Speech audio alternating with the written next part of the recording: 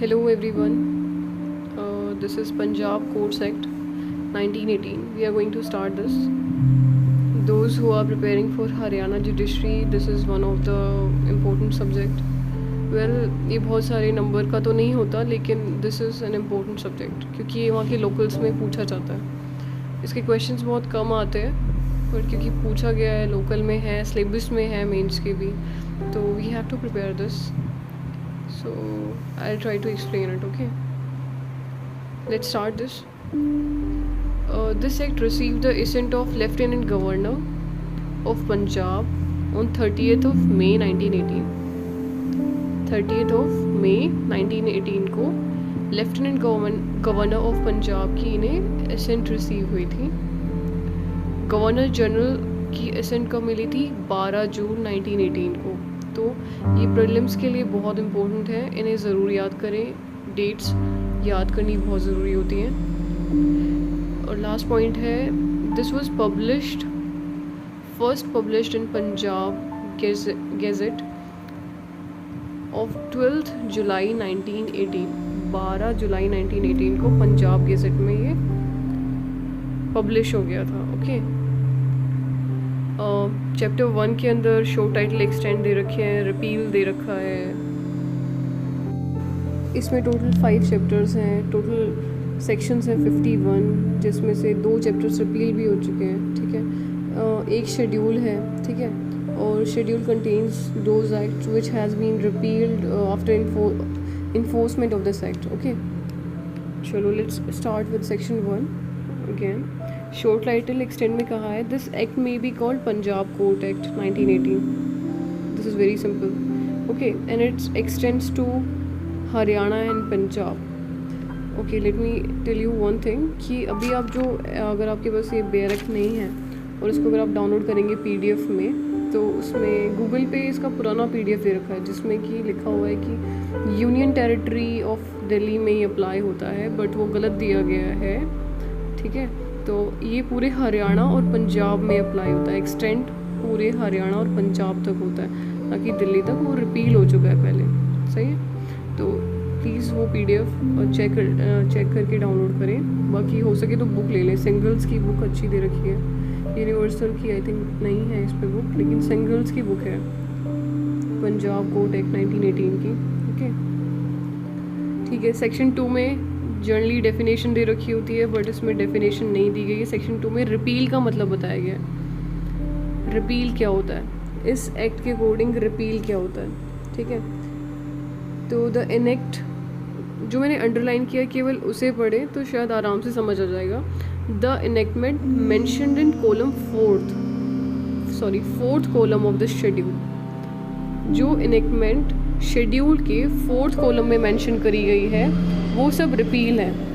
4th column में जहाँ तक भी दिया हुआ है, वहाँ तक ये एक्ट रिपील हुए हैं. गवर्नर जनरल के एक्ट किस एक्सटेंट तक रिपील हुए हैं? 7 एक्ट्स हैं जो रिपील हो चुके हैं, जैसे Punjab court act 18th of 1884, 13th of 1888, Punjab court act 19th of 1895, Punjab court act 25th of 1899, Punjab court act 1st of 1909, Punjab court act 1st of 1912, Punjab court act 6th of 1913. ये सारे एक्ट्स रिपील हो चुके हैं.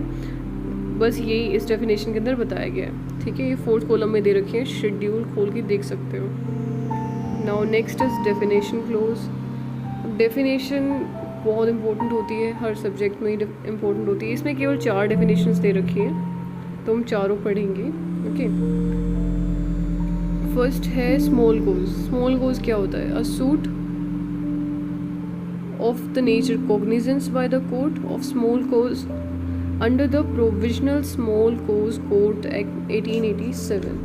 ठीक है, अब इसका मतलब क्या है? कोई भी सूट जिसकी cognizance provisional small cause court act 1887 के अंडर ली जा सकती है, उसे स्मॉल कोज कहा जाएगा. ओके, ये एक डिफरेंट एक्ट है, provisional small cause court act. ठीक है, जिसकी कॉग्निजेंस, कोई भी सूट जिसकी कॉग्निजेंस इस एक्ट के अंडर ली जा सकती है, उसे स्मॉल कोज कहा जाएगा. ओके, समझ आया होगा आई थिंक आपको. दूसरा है लैंड सूट। लैंड सूट क्या होता है? A suit related to land और टू एनी राइट और इंटरेस्ट इन सच लैंड। कोई भी लैंड से रिलेटेड सूट या फिर उसके उस लैंड के राइट या इंटरेस्ट से रिलेटेड हो, उसे लैंड सूट कहा जाएगा। अब लैंड को कहाँ डिफाइन किया गया है? लैंड को डिफाइन किया गया है section 4 close 1 of Punjab tenancy act 1887 में। मैं आपको रीड करके बता देती हूँ इसमें क्या लिखा हुआ है। आपके पास ये एक्ट तो नहीं होगा, लेकिन ये इम्पोर्टेंट क्वेश्चन है, प्रीलिम्स के लिए पूछा जा सकता है। लैंड कहाँ पे डिफाइन है? पंजाब टेनेंसी एक्ट में डिफाइंड है या फिर ये पंजाब कोर्ट एक्ट में डिफाइंड है? तो पंजाब कोर्ट एक्ट ऑप्शन नहीं होगा, पंजाब टेनेंसी एक्ट 1887 में ये डिफाइन है, सेक्शन 4 क्लोज 1 में डिफाइंड है। ठीक है, इसमें 3 क्लोजेस हैं। इसमें लिखा गया है कि land which is not occupied as the site of any building in a town और village. Okay, land is occupied और has been let for agriculture purpose, वो लैंड में काउंट नहीं होता। ठीक है, और सी में लिखा गया है for purpose to agriculture and the pasture and includes the sites of building and other structures of such land। ये सब लैंड में काउंट होते हैं। ठीक है, अब थर्ड में है अनक्लास्ड सूट। अब ये अनक्लास्ड सूट क्या होती है? Means a suit which is neither a small cause और नॉर अ लैंड सूट। जो स्मॉल कोज में भी नहीं आती और लैंड सूट में भी नहीं आती, उसे अनक्लास्ड सूट कहा जाएगा। ओके, फोर्थ में वैल्यू बताई गई है। वैल्यू क्या होती है? The amount of value of the subject matter of the suit. जैसे आपने देखा होगा, अगर आप कोर्ट में प्रैक्टिस करते हैं, कोई भी सूट होती है, कोई भी लैंड की वैल्यू लगती है उस सूट। जैसे सिविल केसेस में कोई भी प्रॉपर्टी पर झगड़ा होता है तो उसके अंदर लैंड की एक वैल्यू लगती है, उसकी एक कॉस्ट लगती है कोर्ट के अंदर। ठीक है, तो उसे लैंड की वैल्यू कहा जाएगा जो सूट से पहले हमें देनी पड़ती है। इसे कॉस्ट कहा जाता है। वैसे अगर प्रैक्टिकली हम कोर्ट में काम करते हैं तो उसे वैल्यू कहा जाएगा।